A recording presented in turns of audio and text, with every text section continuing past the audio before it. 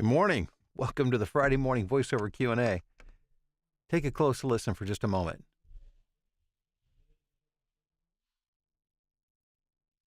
Maybe you can hear it. It's the sound of masking tape being pulled.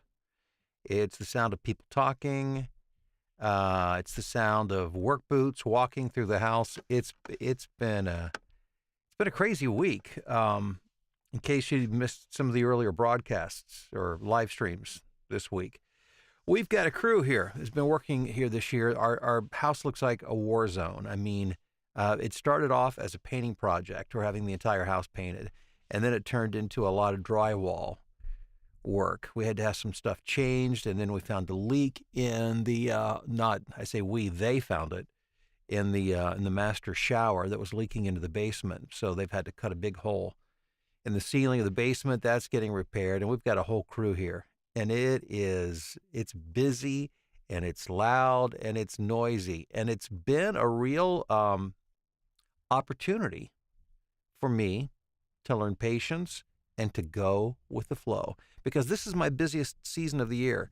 The fall, October, September, October specifically, as we head into open enrollment season, where employees find out about their benefits and have to sign up with their employers. There's lots of training around that. And for some reason or other, I get hired for a lot of that stuff every year. So working around that, because I can't do anything while they're working. And so I have to coordinate. Like, for instance, I have a session today, a Source Connect session at 11, and I've had to coordinate with the crew for them not to work during that time. But otherwise, I'll just wait for either the noise to stop for a few moments, so I'll try to squeeze out a few lines, or I'll try to get something done that I can before they get in, and then they work till 5 or 6 in the evening, or I'll have to work afterwards when they leave. So again, it's all good. It's just when you work at home, learning to be flexible and working around these things and not getting too uptight. And my anxiety has hit, pretty high several times. Just the concerns be as they are. The worst thing that's happened is I've had to stay up later in the evening to record. That's the worst of it. And last night for the Bears game on Thursday Night Football, I had to pull plastic off of furniture, and they won, 40-20 against the Washington Commanders. So all in all, it was a good day. Hope you guys are doing well. So this will be a pretty brief get together this morning. This is our Friday Q&A, and I can tell these guys are ramping up to get to work, and it's going to get pretty loud because there's a huge beam that we're having them take out. That kind of separates between the kitchen and the living room. We're trying to open all of that up. And so when that starts, it's going to be so loud, I won't be able to hear myself think, and you probably won't be able to hear me either. So if you have a question this morning, throw it up in the live stream. I'm going to do a little roll call here, and I will respond as best I can to questions for, until I can't, I guess. So hello to Dave in New York. How you doing? Riley, good morning. Riley, you weren't first. I'm sorry to say. You were second. You were close. Close, but no cigar. What's up, Patrick in Maryland? Aaron in Columbia, Missouri. Sandra, Dallas-Fort Worth. Scotty, how are you? Where it's a brisk 41 degrees in South Dakota. John in Rhinebeck, New York. Greg in Asheville, North Carolina. Rusty, what's happening in Michigan. Julie in Hummelstown, Pennsylvania. Melissa, San Diego. Corey says, what do you include in an email when direct marketing? Here's the thing. It's more about what you don't include in your email. Just remember this. Less is more. People have a tendency to want to share their life story. They think that their background and their backstory is pertinent and relevant, and it's really not. So resist the temptation to do a biography when you're sending out an email. It's not about what you've done and who you are. It's what you can do for them. So always start from the idea of what you can do for them. Remember, if you were to look at my inbox, you will see almost every email that I receive is a very, very long biography and background. And just remember, you're dealing with people who are busy. They've got a lot going on, and all they want to know is you need to think what's in it for them. What can you provide for them? What are the things that they want? What are the things that's valuable to them? Frankly, I wouldn't make it more than 3 sentences. Less is more. Denise, hello in Long Island. Dwight, hello to you in Old Saybrook. Thank you. You have a great day and a good weekend too. We've got Andrew in Calgary. Rob, good morning from sunny San Francisco. I used to be a termite inspector, and it's a good thing they found that leak sooner than later. Well, I wouldn't say it was sooner. It's been there for a long time. It's quite a mess, quite a mess. But I'm just glad they found it. Let's see here. Oops, lost my place in the stream. Where am I? Here we go. Okay, Barb in Ann Arbor. Bob in Reidsville, North Carolina. Jack made about $3,000 before joining the Blueprint and thought I could skip some of the early lessons. I was wrong. Started at the very beginning, and would anyone joining do that as well? I think, by the way, link below in the description. Start at the beginning. I start with mindset. A lot of people, for them, it's the woo-woo stuff, and they think it's not relevant. It could not be more relevant. What goes on up here will determine what happens in your career, period. It all starts here. Doesn't start here with your voice. It starts here in your head. And then, of course, from there we progress into all the things, the foundational things that you need to know. Jack, thanks for mentioning that. There's a lot of truth in your statement. Johnny, hello and good morning. The morning shift, the work before the work. Good morning to you in San Francisco. Let's see here. We've got Thierry, French-Canadian voice actor. Thanks for being here this morning. I hope I pronounced your name correctly. Please forgive me if I didn't. Susan, good morning in Stillwater. We've got Nancy in Yankton, South Dakota. Terry, where it's a rainy day in Falston, Maryland. Denise. Let's see here. Hear you about working through external circumstances. My neighbor is cleaning their yard. Dumpster noise all day, 3 days in a row. Got in the booth at 5:30 in the morning, all about workarounds. It really is. And another thing I've got coming up, there's a big house across the street that had a big fire. Not recently. It's been sitting there for a while, but big fire that basically made the house uninhabitable. And somebody apparently has recently purchased it because there's been a crew coming out and kind of staking things out. And I know that when spring rolls around, they're going to be probably just bulldozing the place and building from scratch. So I'm going to have to deal with new construction close by. So, I mean, it is life. You can't control. We talked about it earlier this week. There's only the only things you can control are the things you can't control. A lot of it you can't, and you just got to work around it. Hey, Diane, happy Friday to you. Mary in Las Vegas, how are you doing? Riley is off today, wants to set a goal for auditions and calls and emails. What would you say is a good number to hit for someone starting out? I've issued a challenge, I think in earlier videos, where I talk about 10-10-10. Try to hit 10 emails, 10 phone calls, and 10 auditions a day. And maybe you can't. Maybe time will not allow you. But find a number that you can. Maybe it's 5. Maybe it's 1. Whatever it is, set it and then hit it and be consistent every day. But if you can do the 10-10-10, that's a really good thing to do. Hey, Mike in Spanish Fort, Alabama. We've got Andy in Cancun. Oh, man, I bet it's beautiful in Cancun this morning. Thanks for being here, Andy. Hey, Wally. Wally says, what questions? You've given us everything we need. Thank you, Wally. What a kind person you are. Sean, good morning. What do we charge for a service? Actually, I'm going to refer you back to, I recorded a video several days ago about rates and pricing. So I'm not going to get into the whole thing again today. But it's not a one size fits all when it comes to pricing. And a lot of people out there would have you think that it is. They would say, this is the rate sheet, follow this rate sheet or follow their rate sheet. And that's a really bad way of looking at it. Go back several days, look for the pricing and rates video. And I go into detail on the whole philosophy and approach to pricing. It's all about, everybody's situation really is different. It has to do with usage. It has to do with reach. It has to do with client and budget. There's a bunch of stuff to take into consideration.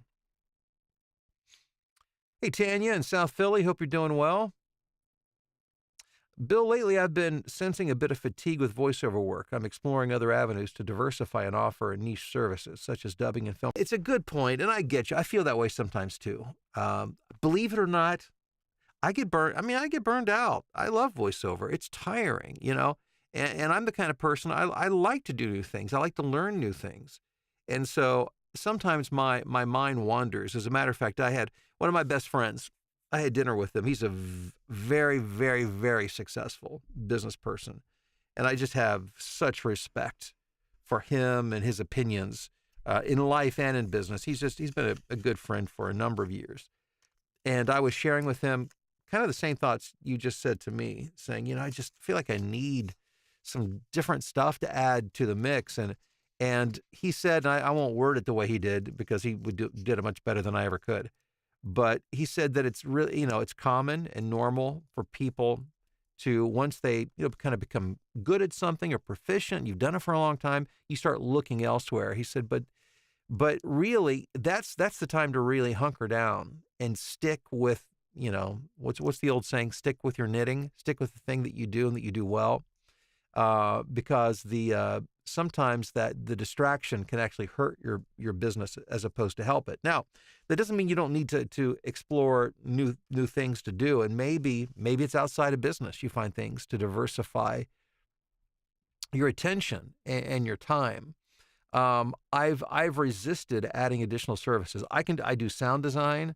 I'm a producer. I'm a copywriter. I've resisted all those things because in the end, I make more money recording voiceovers. And for me, it's a business, and my objective is to be as profitable as I can be. So, Thierry, take that, do with it as you will. I hope you find it helpful. Just consider it an opinion and some insight from somebody who's in the trenches. Let's see here. Susan says, question about my demo. Finished my very first DIY demo last night. Way to go, Susan. I have a child voice I have been using for years, reading to kids. Should I include a sample of that voice on my next demo? Yes and no. I mean, I think it depends on the demo. So if you're doing like a commercial demo, I wouldn't, because typically people, if they would need a child, they'll probably hire a child. However, for a character demo where you're doing different voices, yes, I think that would be the appropriate place to do it. It's important to give people what they expect when they hear a demo. Mark's in Estes Park. Let's see here. In the blueprint, are the daily webinars available? Yeah, we do like daily these mentoring sessions live, and they're all archived. You don't have to be there. If you can be there live and interact and have interaction, ask questions, that's great. If you can't be, everything's recorded, and you access it in the learning portal when you log in, and there would be, my gosh, hundreds of those that are archived that you can go back and watch and listen anytime you want to. Imagine there's several years worth of these daily webinars, that you have access to. The stream moved on me. Let me see if I can find my spot here. Wayne says, which is better for VO acting, classes or VO coach? Oh boy. Well, there's not an easy answer to that because it depends on the coach and it depends on the class. And I'm not trying to dodge your question. It just really does.